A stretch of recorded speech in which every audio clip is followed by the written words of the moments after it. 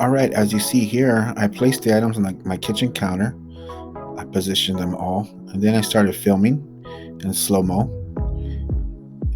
You can see if you film fast, it'll slow it down for you.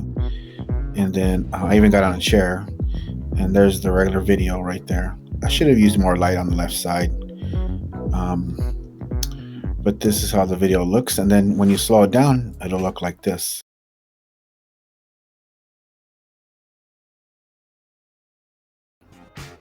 So these are not in order, but I love my stickers. I love placing stickers on everything. My laptop, that's my cover, and my laptop was really helpful to me. It's one of the things I really use a lot and communicate with family, do my work, get work. My instruments for my music, my drumsticks and such, my books, my faith, my family. Music is a big thing. There's my headphones, as well as my camera and filming, photography. I love working in that as well as teaching it. My health. I love taking my vitamins every day.